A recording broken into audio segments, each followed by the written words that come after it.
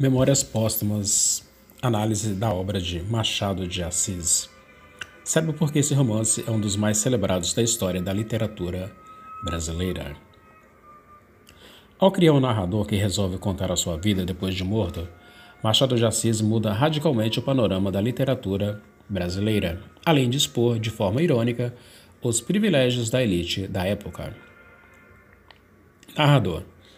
A narração é feita em primeira pessoa e postumamente, ou seja, o narrador se auto-intitula um defunto autor, um morto que resolveu escrever suas memórias.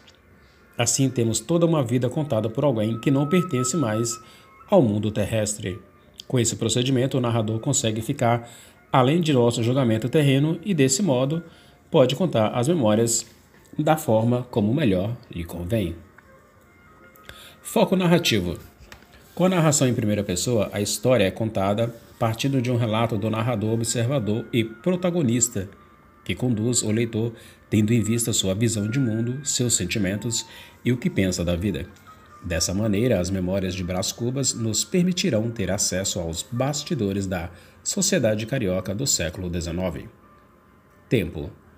A obra é apoiada em dois tempos. Um é o tempo psicológico do autor, além túmulo, que desse modo pode contar sua vida de maneira arbitrária, com digressões e manipulando os fatos à revelia, sem seguir uma ordem temporal linear. A morte, por exemplo, é contada antes do nascimento e dos fatos da vida. No tempo cronológico, os acontecimentos obedecem a uma ordem lógica: infância, adolescência, ida para Coimbra, volta ao Brasil e morte. A estranheza da obra começa pelo título, que sugere as memórias narradas por um defunto. O próprio narrador, no início do livro, ressalta sua condição. Trata-se de um defunto autor, e não de um autor defunto. Isso consiste em afirmar seus méritos não como os de um grande escritor que morreu, mas de um morto que é capaz de escrever. O pacto de verossimilhança sofreu um choque aqui, pois os leitores da época, acostumados com a linearidade das obras, início, meio e fim, veem-se obrigados a situar-se nessa incomum situação. Não realizações. Publicado em 1881, o livro aborda as experiências de um filho abastado da elite brasileira do século XIX, Brás Cubas. Começa pela sua morte, descreve a cena do enterro, dos delírios antes de morrer, até retornar à sua infância, quando a narrativa segue de forma mais ou menos linear, interrompida apenas por comentários digressivos do narrador. O romance não apresenta grandes feitos, não há um acontecimento significativo que realize por completo. A obra termina, nas palavras do narrador, como um capítulo só de negativas. Brás Cubas não se casa, não consegue concluir o emplácito medicamento que imaginara criar para conquistar a glória na sociedade. Acaba se tornando deputado, mas seu desempenho é medíocre e não tem filhos. A força da obra está justamente nessas não realizações, nesses detalhes. Os leitores ficam sempre à espera do desenlace que a narrativa parece prometer. Ao fim, o que permanece é o vazio da existência do protagonista. É preciso ficar atento para a maneira como os fatos são narrados. Tudo está mediado pela posição de classe do narrador, por sua ideologia. Assim, esse romance poderia ser conceituado como a história dos caprichos da elite brasileira do século XIX e seus desdobramentos, contexto do qual Brás Cubas é metonimicamente um representante. O que está em jogo é se esses caprichos vão ou não ser realizados. Alguns exemplos: a hesitação ao começar a obra pelo fim ou pelo começo, comparar suas memórias às sagradas escrituras, desqualificar o leitor, dar-lhe um piparote, chamá-lo de ébrio, e o próprio fato de escrever após a morte. Se Brás Cubas teve uma vida repleta de caprichos em virtude de sua posição de classe, é natural que, ao escrever suas memórias, o livro se componha desse mesmo jeito. O mais importante não é a realização ou não dessas veleidades, mas o direito de tê-las, que está reservado apenas a uns poucos da sociedade da época. Veja-se o exemplo de Dona Plácida e do Negro Prudêncio. Ambos são personagens secundários e trabalham para os grandes. A primeira nasceu para uma vida de sofrimentos. Chamamos-te para queimar os dedos nos tachos, os olhos na costura, como é mal ou não comer, andar de um lado para o outro, na fainha, adoecendo e sarando, descreve Braz. Além da vida de trabalhos e doenças e sem nenhum sabor, Dona Plácida serve ainda de álibi para que Braz e Vigília possam concretizar o amor adúltero numa casa alugada para isso. Com Prudêncio vê-se como a estrutura social se incorpora ao indivíduo. Ele fora escravo de Braz na infância e sofrera os espancamentos do senhor. Um dia Braz Cubas o encontra depois de alforriado e o vê batendo num negro fugitivo. Depois de breve espanto, Braz pede para que pare com aquilo, no que é prontamente atendido por Prudêncio. O ex-escravo tinha passado a ser dono de escravo e, nessa condição, tratava o outro ser humano como um animal.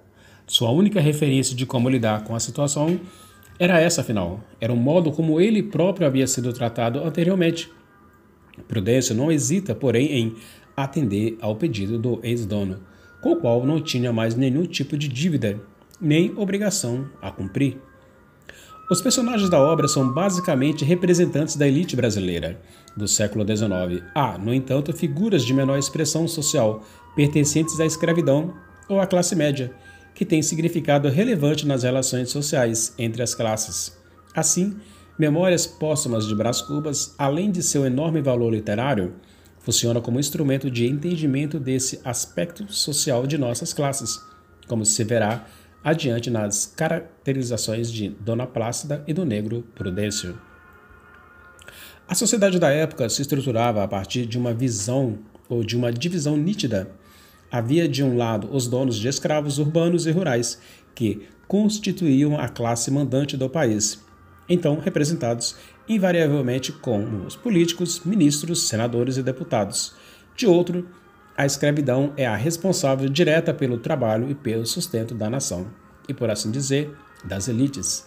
No meio há uma classe média formada por pequenos comerciantes, funcionários públicos e outros servidores que são dependentes e agregados dos favores dos grandes privilegiados. Ressalto aqui que Memórias Póstumas de Brás Cubas é uma obra que revolucionou o romance brasileiro de cunho realista, mas sem ter as características da crítica agressiva de outros escritores do realismo, como essa de Queiroz, em Portugal. A força da obra de Machado de Assis está na crítica sutil e na grande inteligência do autor, ao contrário do já citado escritor português, essa de Queiroz, que batia de frente com a burguesia. Em Memórias Póstumas, a crítica é feita focando a burguesia por dentro, ou seja, o escritor parte de um ponto de vista mais psicológico. Através disso, consegue-se fazer um combate ao romantismo em sua essência através de personagens verossímeis, que cabe ao leitor julgar e colocando-se em reflexão, por exemplo, a questão da ociosidade burguesa. Chama aqui a atenção para o fato de que, com esta obra, Machado de Assis revolucionou o formato do romance através da subversão de padrões do romantismo. Se no romance é de praxe escrever uma dedicatória, por exemplo, ele o faz a um verme, ao verme que ocorreu, ou que ocorroeu. Outro ponto que pode ser citado como exemplo é a quantidade de capítulos do livro. Se era comum ter cerca de 30 capítulos em um romance, Machado de Assis faz um livro que ultrapassa 100 capítulos. Porém, alguns deles são extremamente curtos ou são vazios. Aqui, o aluno deve ficar, então, atento a estes aspectos formais e em como se faz uma crítica social na obra de Machado de Assis. Se você gostou, deixa um like, compartilhe aí com os seus amigos em suas redes sociais. Literatura e vestibular, trabalhando para o seu futuro. Não se esqueça de deixar o like e se inscrever. É de graça. Tchau e até o próximo.